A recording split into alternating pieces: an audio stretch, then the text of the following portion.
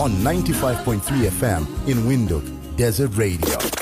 The Bold Voice. And Sally, Boss Madame, in studio this morning. Good morning, Sally. Good morning. How are you? I'm good. How are you? No, we're great. Thank you so much for coming through and, just spending a little time with us here on this Friday. Thank you so much for getting out of my house so early. Does it not happen often?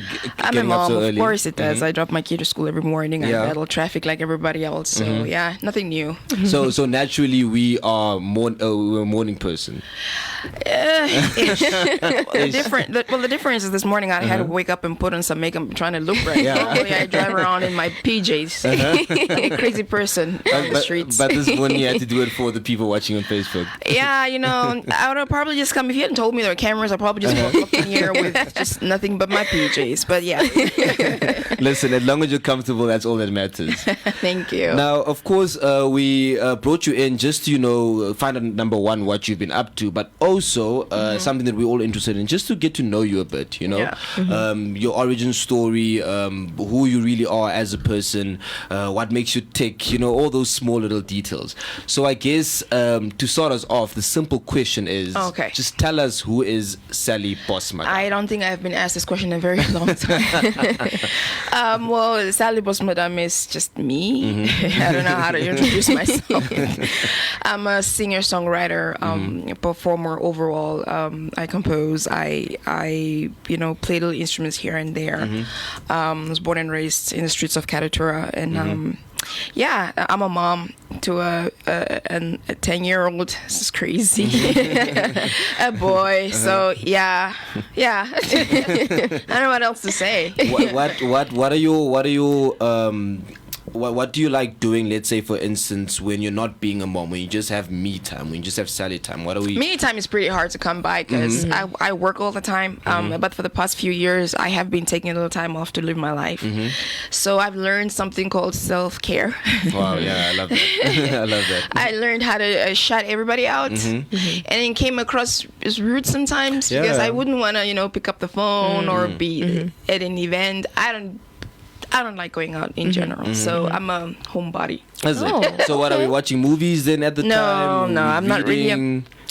Reading. Yeah? Okay. I like reading, and I spend a lot of time doing research, actually. So, I live, breathe music. I love anything that has to do with musicals. So I watch concerts. I watch my old concerts. I'm constantly not happy with what I did previously. So it's very hard to get being into. The best judge for yourself. I'm a horrible judge. A horrible judge. Now, I'm also quite interested, what sort of led you to get into this self-care journey and just try and shut everyone else and just focus on you? I needed to because obviously I was going through a couple of things in my life in the past few years that I just really had to just like shut off completely, because if you don't do that, you're not going to be able to solve anything when you're constantly feeling like you're in panic. But I had to go through changes. My family went through changes. That's where I really needed to ground myself, and reevaluate myself a little bit more. Sit there and just go, what am I going to do now with this new life? I know I'm gonna do this. And also just taking care of kids. It's crazy being a parent, you guys. You don't understand. It's crazy being a parent. You actually think you have your life until you have kids. Then you just realize it's not your life. So I sat down and I was just like, I need to breathe. I need to eat some food. I need to eat some sweets. I'm this type of parent, actually. I drive and park in the garage, and I'm not gonna get out of the car until my chocolate is done. And when I'm done eating my sweeties and I pack away the evidence, then I get into the house. I'm like, hi, mom's home. I mean, kids don't understand that, everything is not there. Exactly. So if he goes through my car and he sees these sweets, he's going to think it's his. And it's going to be like half of that. And then when you pick it out of the pack, and then he's like, he wants to carry the pack, you should take out as if it's his. I don't like that. And I'm like, no, I'm sorry, it's mine. So I'm just going to get in the car, eat my sweets, and just take all the evidence and throw it in the trash. And I'm like, I'm home. Because otherwise you get into the house while eating, and it's like, but why is mine? That one is mine. The one in your hands. That one is mine. Yeah. wow. Oh my goodness. So what is a typical day for you like when you from when you wake up? What do you do to relax? Just run us through a day in your life. My days aren't that exciting. I'm sorry. They're not that exciting. Okay. Unless there's work to be done, unless there's shows. But even when there's shows, it's not glamorous. My life is not glamorous. My life is packed with work. So I wake up in the morning around 5:30, and then I have to do some yoga, because I do yoga for a while now, for years actually. I do some yoga, and then I wake my kid up, and I have to get him ready for school, and then I have to rush through traffic, and I come home, and then I jump into bed.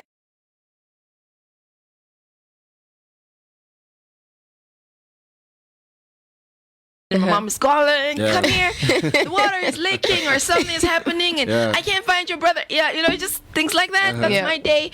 But when it's work, then you have to get up, and then you have to get ready, and then you have to do rehearsals, and then you have to call everybody, and then it's gathering everybody. Where's the band? Where's the dancers? Where's the what? Where's everybody? And then you kind of like just directing your life. Yeah. And then if you have to travel, then the cars have to be ready, and then it's crazy. But yeah. Other than that, I've learned how to manage my time a bit better now. I've learned how to just breathe, because I could be very controlling when it comes to my work. So I wake up and I kind of just let the day go. And I'm not good at that, but I'm learning. We're getting there. I'm learning how to let the day go. All right. Now earlier, you referenced your little break, right? That you just took from music a bit. Yeah. Just talk to us a bit about that hiatus. Is this does this also feed into you just doing the whole self-care thing, shutting people out, or what actually sort of motivated that? The thing is actually I have been doing this music thing for years. Yeah, that's true. I've been doing it for years, and sometimes when your mind is just cued into just the music, you kind of really miss out on actual life happening. And I remember I used to do, sometimes I'll do like almost up to like 200 shows a year. Sure. So yeah. Wow. Yeah, and you imagine you have 365 days in a year, and you're doing 200 shows a year. Yeah. Wow. There were times where maybe I say 180, almost pushing to 200. Wow. It's crazy. Yeah, I mean, over 100 already is a lot. Yeah, it's a lot. Yeah. Because a lot goes into preparing for those. I actually realized that, one day Kibos told me, and it's like, I was going through your emails, and I was looking at, when you're sending out quotes and in invoices, like, oh my gosh, this is how many shows you did in a year. And I remember that was 3 years ago, and that was for me like a wake-up call, like a slap in my face, because then I was just like, wait, well, that's not healthy. Not at all. Yeah.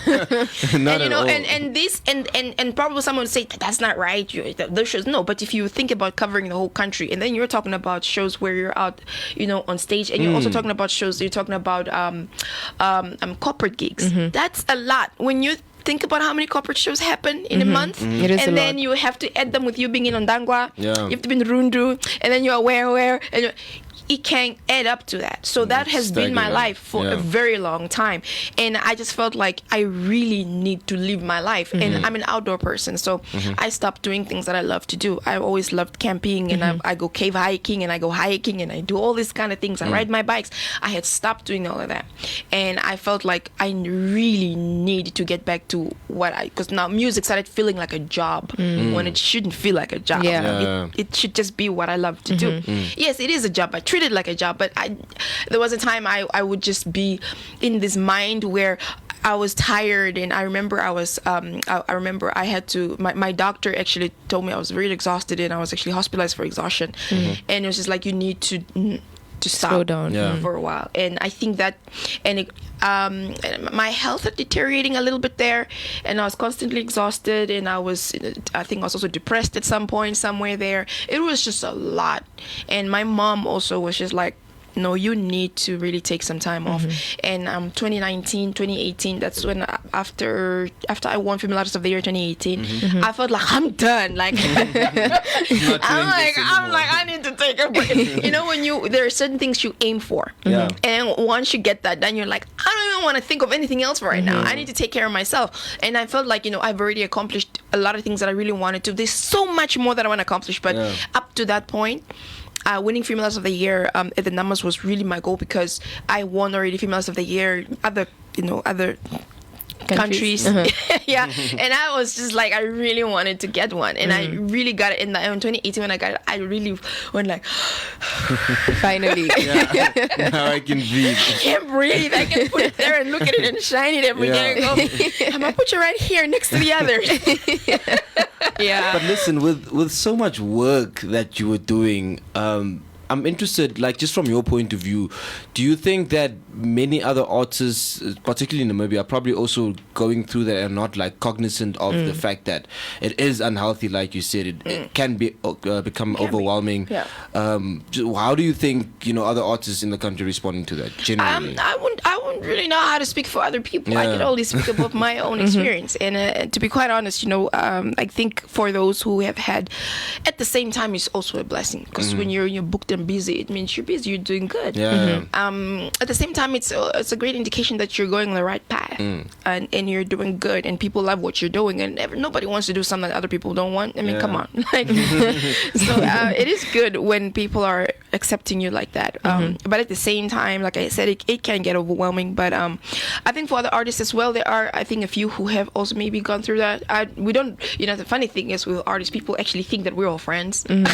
Yeah, no, people think you guys are part of one whole, clique. No. Everyone knows each other. You guys chill really. every weekend, Not really. Okay, look, I think we're artists coming in waves. There are those centered around the same time. Like, you could be of a certain era at the same time. You know what I mean? Like, there are names obviously that I know. There are people that I know personally, a lot of them, but it doesn't really mean that we know everybody like that. It was actually crazy because a few days ago, someone actually asked me. It was I can't remember the interview, but someone asked me like, "Oh, you're not following so and so? Is there beef?" And I was like, oh, wow. "I don't know. I think it's called I don't know you." But come on, it actually, I know for the longest that people actually think that we are all friends and we're all hanging out. Not always. There are, just because we work together doesn't necessarily mean we're friends, and it doesn't really mean that we can get along like that. So, and for instance, sorry to cut you. So, for instance, you do a song with somebody, but it doesn't mean that you guys are like buddies. Not really. But you know what? You do need a certain level of connection to be able to pull off something like that, doing a song together. Yeah. You should be able to pull that off. But at the same time, you have to understand everybody's busy with their own lives. I'm also not the type of person that you work with, and then tomorrow I want you hanging around my house 24/7. No, and people, you could do a work together, and then everybody goes into their corners, everybody goes into their workspace, and I'm that type of person too. So we do get to, of course, like, don't get me wrong, we know each other, but it doesn't really mean that we're hanging out together, all of us. There are those that are very outgoing. You find musicians like me that are not really outgoing. To be quite honest, I get anxiety when I go into public. I'm like, nothing happening here. Don't look at me. I'm just a normal person. I'm just streaming by. I get really like the most, like, I panic and stuff when I'm out in public. I know how to be around the public when I'm working, because I know what they're expecting of me, and I know how to be.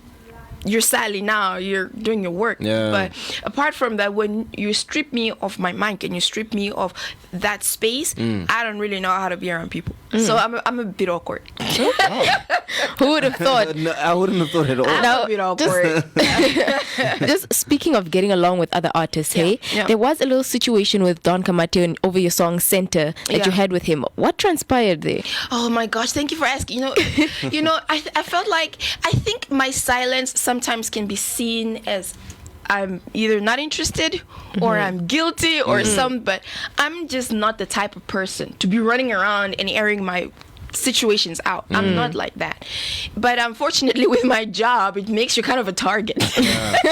That's true. It makes you a target, and it's crazy because oh my gosh, I was actually thinking about this. Thank you for asking this question. Maybe it's about time I actually tackle this.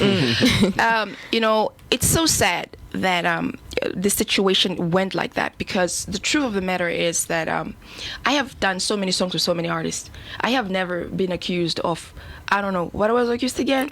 Of not being, what was it? Owing money? I don't know, is it owing money, or I can't remember the specifics, but I just know. And I think he wrote on his social media that I should go check on my awards and all these things. To me, it just really came off as like, oh, okay, look, if you have a problem, this is something simple called you give me a call. Yeah. I'm sorry, but for me that's maturity. And for the longest, I think people, when it comes to dealing with people who are in the public, they think the best thing to do is to go and announce your situation. Yeah. But for me, I didn't even know that there was a problem. That's the thing. That is the crazy part.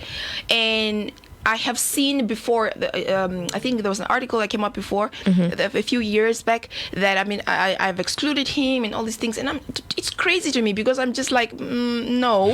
First of all, I didn't know that there was a problem. Second of all, him and his team never got hold of anybody from my side if he felt like he was excluded. I only found this out like everybody, exactly, which was kind of like, what are you talking about? Well, how come? And at that time, I started calling everybody. Did anybody get a call and then they ignored it, and then somebody missed something? What's going on? And then so I left it at that because there was an interview about that, I think, on Unwrap. I just left it at that, but then it resurfaced again, and then resurfaced whereby now he wrote what he said on his social media, which was also just like, are we doing this again? First of all, let me put it out this way.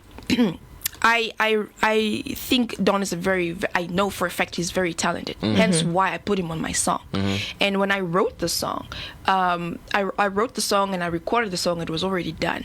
And I felt like, I told K-Boss, I said, again, this is a great song, but then it's just another Sally song.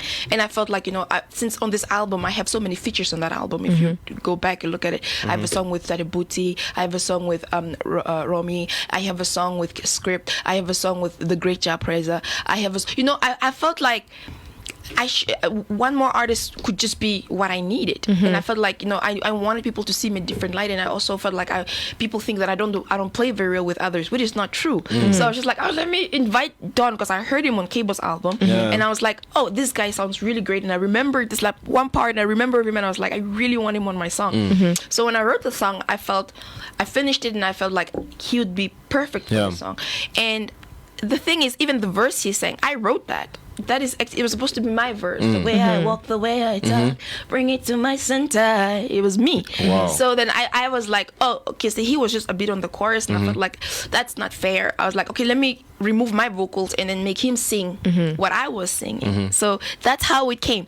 And then on top of it, I felt like he never, he didn't even, lose anything in working in the song, because in terms even about transport, I transported him to the studio. He never had to, move a dime from his pocket to do anything with the song. So, so I didn't really understand where the accusations were actually coming from.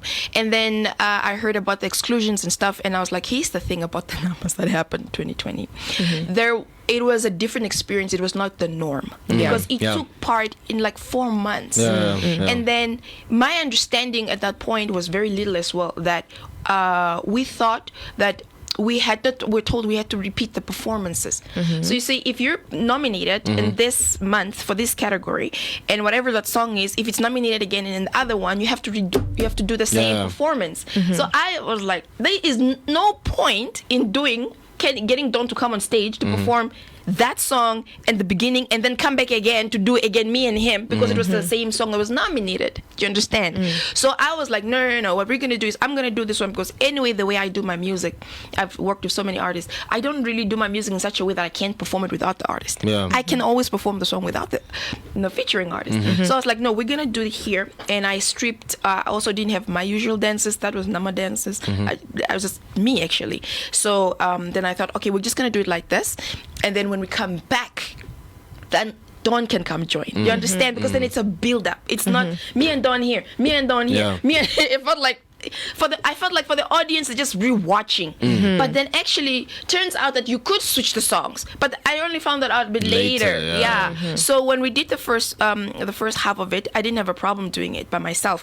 But I think also because there was already a bit of tension because of the experience I had with him on stage previously. On the other two shows, I'm not gonna really go into it because it's not fair to do that. I didn't really like, for example, I didn't like how he handled stage. When he worked with me the two occasions, unfortunately, I said, no, I don't like that, because I do things differently. So the way they do their thing, I just didn't like it. So I already told his team that I'm not going to be putting Don on my stages anymore because I can get into trouble for certain behaviors, that were acted out. Yeah. And at my launch, it happened. And then again, we did another performance. And then again, the same thing happened. And I was like, look, we're not going to do this because it's my name, I'm gonna get into trouble for some of this, and and the fans were complaining because of certain behaviors. So I think because of that, and me not taking him on that first stage of the numbers, maybe they felt like, oh, I want to exclude him from this. But no, it was just because I just didn't see why we needed to do that and then come to do the same thing over and over. But already, because there was not really much communication, I think that first performance was crazy, because then, you know what, it just so turned out that's the one we won. It is, you know what I mean? There's no way one could tell that you're going to win now. No, I was just like, oh, we're going to make a build-up, which is not even a bad thing. And then that happened, then we happened to have won. And then I remember I went to receive the award. And then just when I got the award, because it was live, but it was also the first time they were going also live via online. You see again, there was again more changes. So here we are, and I'm receiving this thing, and I'll go on, and then right, cut, mistake, quickly go back. You know what I mean? So it was like, oh, I want to, what? No, okay, give it back. You know what I mean? There was a lot going on. It was chaotic. Going on. So I gave back the award. I ran back to the back, and then they're like, okay, because there was a mistake, but you're still the winner. You have to come out again and be like you didn't know. You get what I mean? It sounds chaotic. A lot happening in your mind. Like, okay, chaotic. So I went and I was like, I want to thank. and at that point, I actually even forgot to mention him and another person on that specific speech that I wanted to thank two people, him and him. And then I was like, wait, it's already over. Then I went online and I had to sort that. I was like, shit, I forgot. Sorry. Sugar honey iced tea. Sugar honey iced tea. And I was like, I forgot to mention you, and it was cool. So I did that. But then, a few days later down the line, then this whole thing happened. I am not inclusive. I am doing this. I'm just like, wait, what? You understand? Hectic, that happened. So I just felt like there's so many ways to handle situations.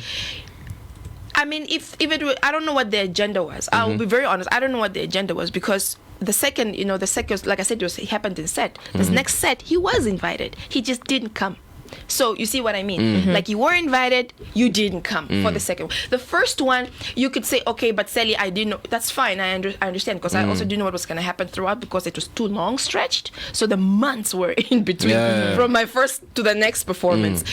But then, I just felt like if they had just told me and called me and told, hey, listen, we're feeling like this, and we already know you felt also about this, how we're going to do. I could have just simply explained it, like, no, guys, this is why I did this, so we can do it the next time. So, but I did get a chance to tell him that, because when I didn't like what was happening around, made it look like I was using, upcoming artists and stuff like that. I didn't really like that. It was like, that's not me. If anything, why would I invite you and then treat you a certain way? So it was unfair. So, but then, how people centralize everything. So when I got to explain, I was like, look, the next one is how we're supposed to do it, because then I was going to have also my dance and stuff. But then he didn't show up. So he didn't show up. He didn't want to come. I understand. I was like, fine. I changed the song and we did something else, which is still cool. But then again, coming down and then another article, and I'm just like, look, I'm too grown for this.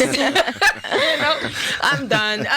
You can't, unfortunately, you can't always be on the right side with everything. And people are not always going to understand your reasoning. But like I said, when you're an artist, when you're out, you're kind of an easy target. Whoever gets the hit on you first probably will get the most thingy. And then people were like, why aren't you responding? And I'm like, no, I did via lawyers. I'm not gonna go on, keep the energy. And I am on social media, as grown as I am, and I'm there. I just want to say, I'm not. No, I'm not gonna do that. But I think it's. I think he got the message. Well, I allowed in a very nice. No, you did. You really did. You explained it in full. Yep, you did. I tried. 7:54 is the time on the clock. We are still hanging out with none other than Sally, Boss Madame, of course.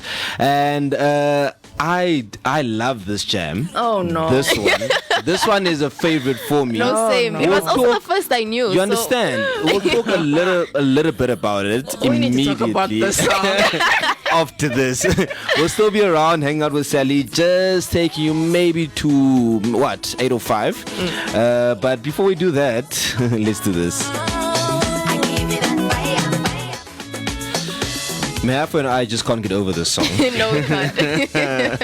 Man, guys, I have so many memories just connected to this song. But I was telling the girls just off air that I particularly love this song just because of how, well, from my side, it seemingly just sort of like, empowers women. It sort of makes them walk around with that panache, that sort of feel, that confidence. You know what I mean? Yeah. I was in school and I felt like I was boss madam because of the song. My sister and I would stand in front of the computer and would try to dance it out, and we were terrible, but like the confidence was what mattered. I don't know. This song for me gave me grief. Like I was explaining. I don't know if you guys were watching. The song gave me so much grief. Yeah. It is my breakout song. It was, yes, obviously everybody has that song that puts you on the spot. Yeah. I have done other songs before. I've done also successful songs, but this is my breakout song, and shout out to Young Cash, K-Boss, the ladies who were in the music video as well. Everybody worked on it.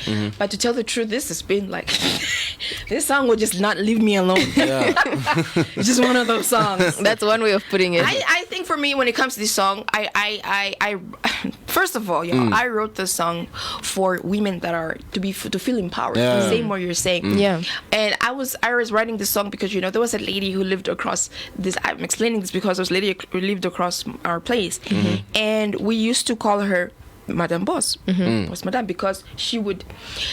I didn't know her. We just moved into the neighborhood, and she wasn't mean or rude, but she just had something about her was just bossy. And actually, right now we're friends. She's like my sister. She's like my big sister. Hi, Nanu. I didn't even know her name, and she would just come from work. She'd drive her car, and she was park, and she'd be like, "Morning, everybody," and then she walked. And we used to just look at her and go like, "Ooh, wow."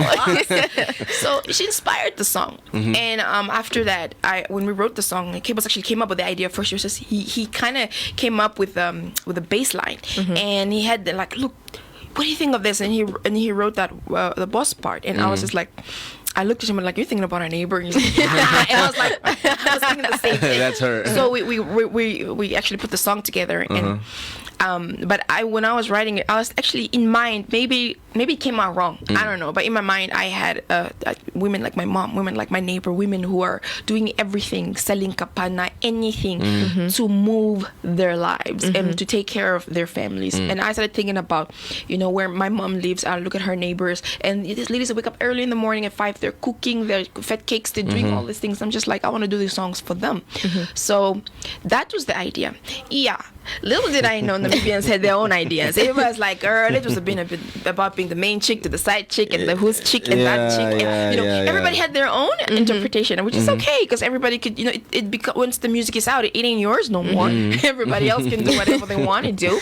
And that's the thing. And this song gave me grief because then I think because of the attitude in the music video, everybody thought I'm rude, I'm mean. I was explaining that I got bullied the most for that song because I would go somewhere and automatically when you walk into a room, people felt like you're intimidating, but you're not. They're just intimidated, but that doesn't mean I'm intimidated. Exactly. Yeah. So I got so many articles coming out over my life. Everything was always drawn to the part of Sally being a bully, she's being the boss, to the point that it also affected my relationship, because then I remember there was times where there were articles coming out, oh, she is running the house, she's wearing the pants in the house. Wow. There was so much my whole life. I've been bullied so much, and I'm just there like, have you met me? Do you even know me? I mean, I'm looking at you like, what? Yeah.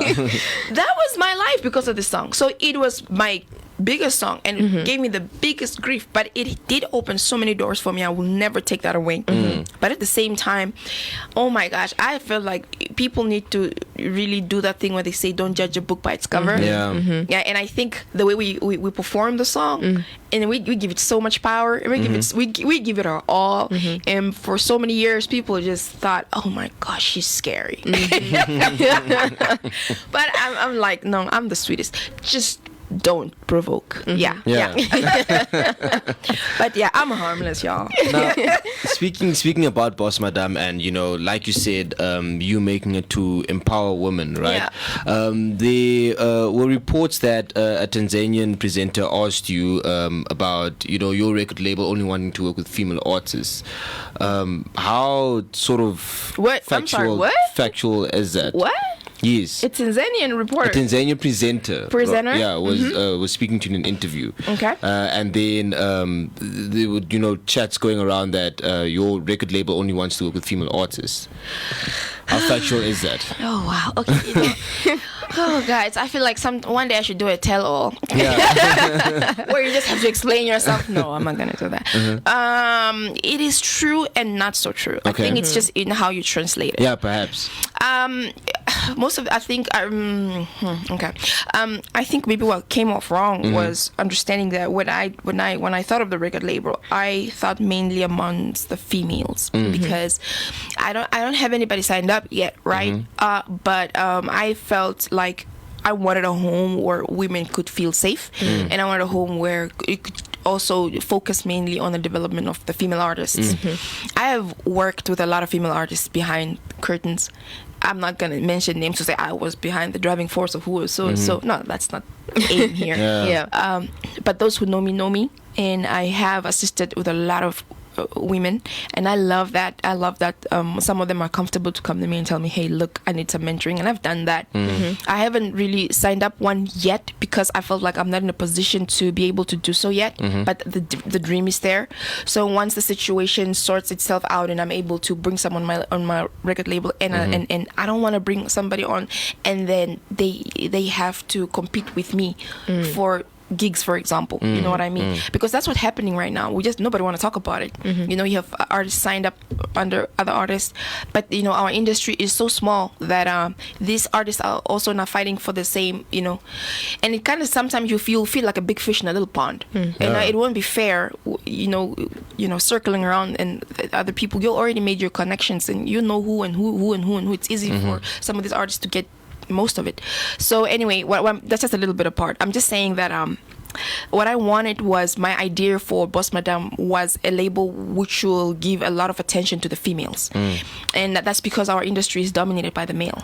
It is not that I don't want males. It's just to say that because there was a time that I had an artist also under me who was a male. The point was I wanted the females to get as many females as involved as possible, so we could just, not that we're going to be really as equal as many as the guys, because I mean they're still dominant, that's not a problem, but just to give quality back out, and just to have a lot of women who to feel empowered, and at the same time also to feel like, oh no, we have, and the shows, the dynamics has to switch, because I've been in this industry to know that I have been like this, and the poster is male, Sally. Male, Sally.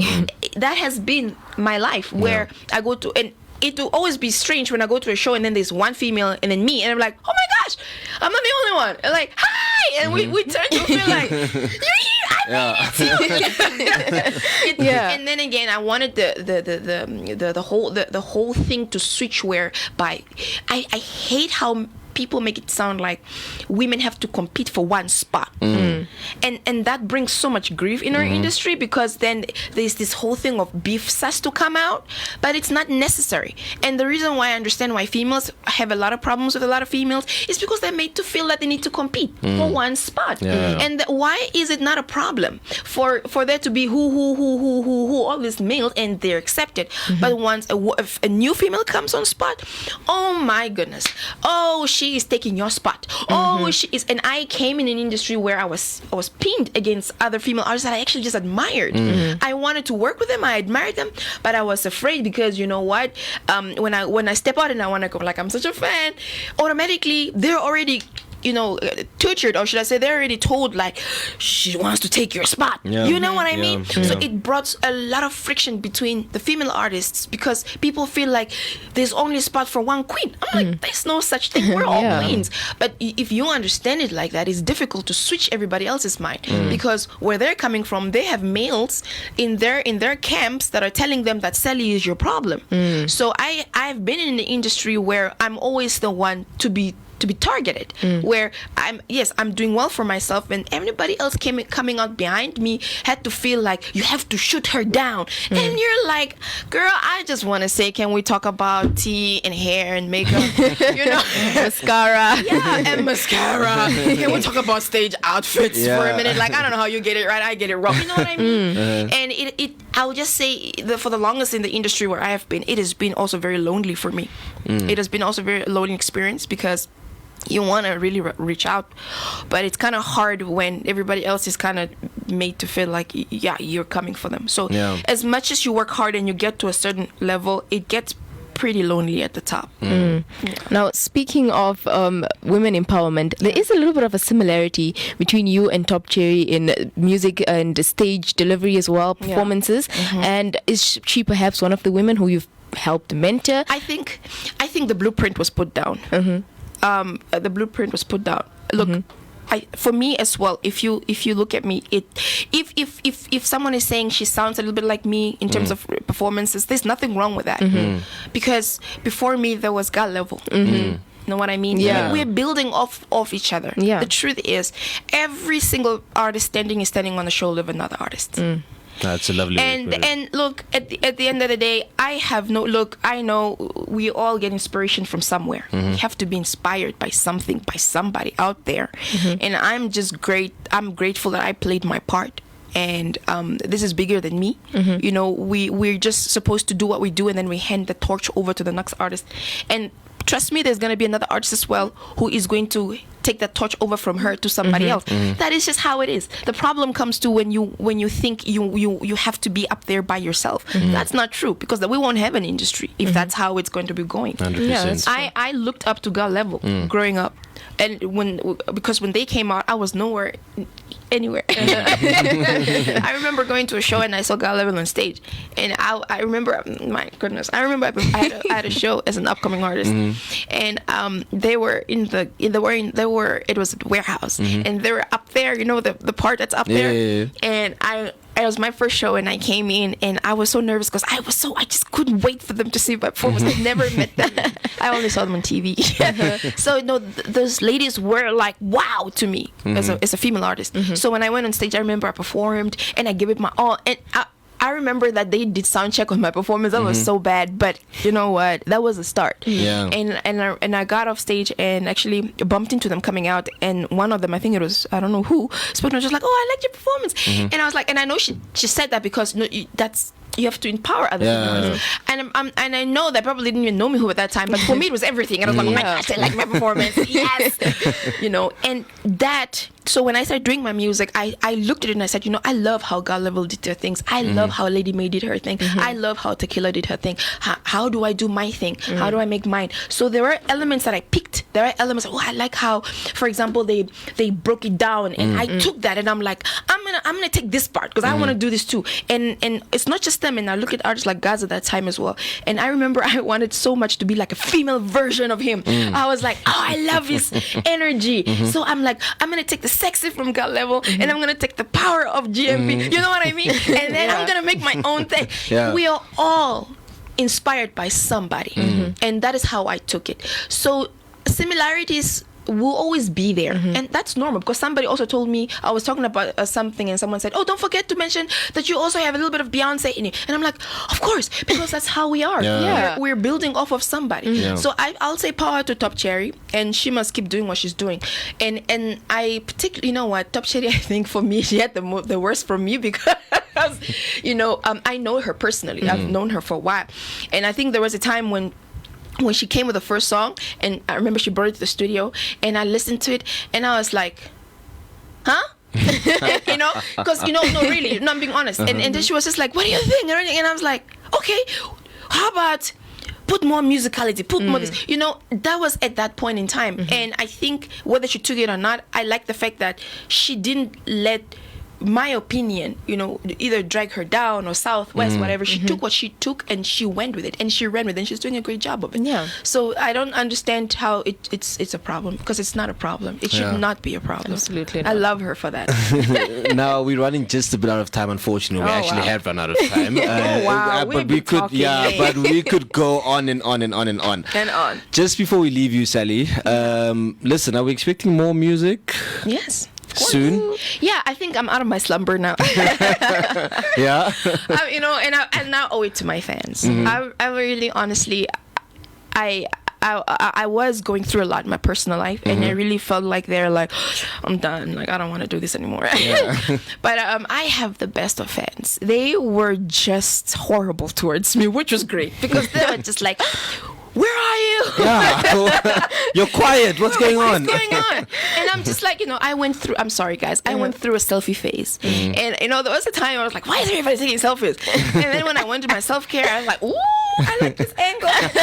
And I went through a selfie phase. And I was just posting selfies 24/7. Oh, wow. And everybody was like, excuse me, woman. The music. Yeah. I need to get to that. So my fans really kind of woke me out of my slumber. And last year I did Ndadi. It took a long time to make another song, obviously. But I'm just saying that it's okay to work your way towards something. And that's what I'm doing. The only thing I refuse to do is to feel pressured. And I felt like I still want to do my art, but I want to do it differently. Yeah. And I would like people just to give me the opportunity to present it how I want to present it. Give me the opportunity without judging me with, oh, but you used to. Oh, but no. Just give me an opportunity to do something brand new. And that's what I felt I did with Slow Down. It was a different side of me. People never really get to see that part where I'm out with my band. Majority of it is mainly public. I mean, the corporates that get to see that part. So when I did Slow Down, I felt like I was worried at first. I was like, oh, they're not going to like this. It's going to be, it's not, where's our dance? Where's our what? And I walked with Zash, and Zash was just like, Sally, there's more to you than just the artist that is on stage jumping and doing all these things, because you are an entertainer, but you also have a different side, and you should feel confident to do that. And I was like, I feel again like an upcoming artist. Crazy, because now I'm doing something a little bit different. Yeah. And I'm kind of worried, like, I'm gonna like it. But yeah. Well, I'm sure they are gonna like it, because your fans have been, missing you, and yeah, man, I'm sure it's gonna turn out great. Thank you. 8:13 is the time on the clock, Sally. It's been an absolute pleasure. Okay. You say you're an introvert, but you're such a vibe. Yeah, you are. Really, like, really are. Please don't leave us. Exactly. You're such a vibe. I'm actually trying right now just to get. I didn't have my morning coffee, but no, you guys are pretty great. Thank you so much. My first time here, actually. I was never here before. Oh. Well, it was a very good experience. Yeah. It's always good to go somewhere for the first time and have a very good experience. I think this one will last a very, very long time. Thank you for an opportunity to let me explain myself. I feel so much better now. But no, honestly, it's also the way the interview was conducted. I think you guys are pretty good, and giving me an opportunity to explain myself. I talk too much sometimes. No, we love it. And asking, it's always about asking the right questions. Definitely. Because over the years the interviews can sound pretty, like the same. They asked me the same. How does it feel to be a mother and a singer? You're like, But you gave me an opportunity to explain, and thank you for the questions. It's refreshing to get an opportunity to speak. I'm not always big on explaining too many things, because I just feel like people again will just take from that and then turn into something else. But it's good to put out your truth. And so no, we're equally thankful, Sally. One more request from you. Wow. Another favorite of mine. What's that? Is Slow Down. I really, really, really love it. Thank you. So just as you leave, can you just intro the song for us, and then you can be on your way.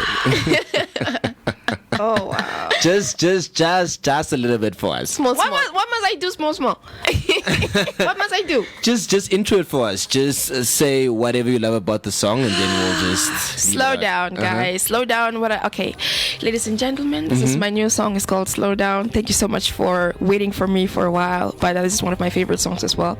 So hopefully, I'll be working on a project. We'll have more songs like this one.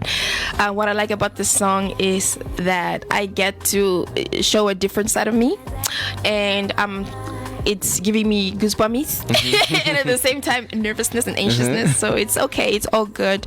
And for me, this song entirely is just about good vibes. And you know, for a long time I felt like I was doing the same thing over and over, but I'm very grateful, thank God for the opportunity. So I hope you all enjoy this song. It's called Slow Down.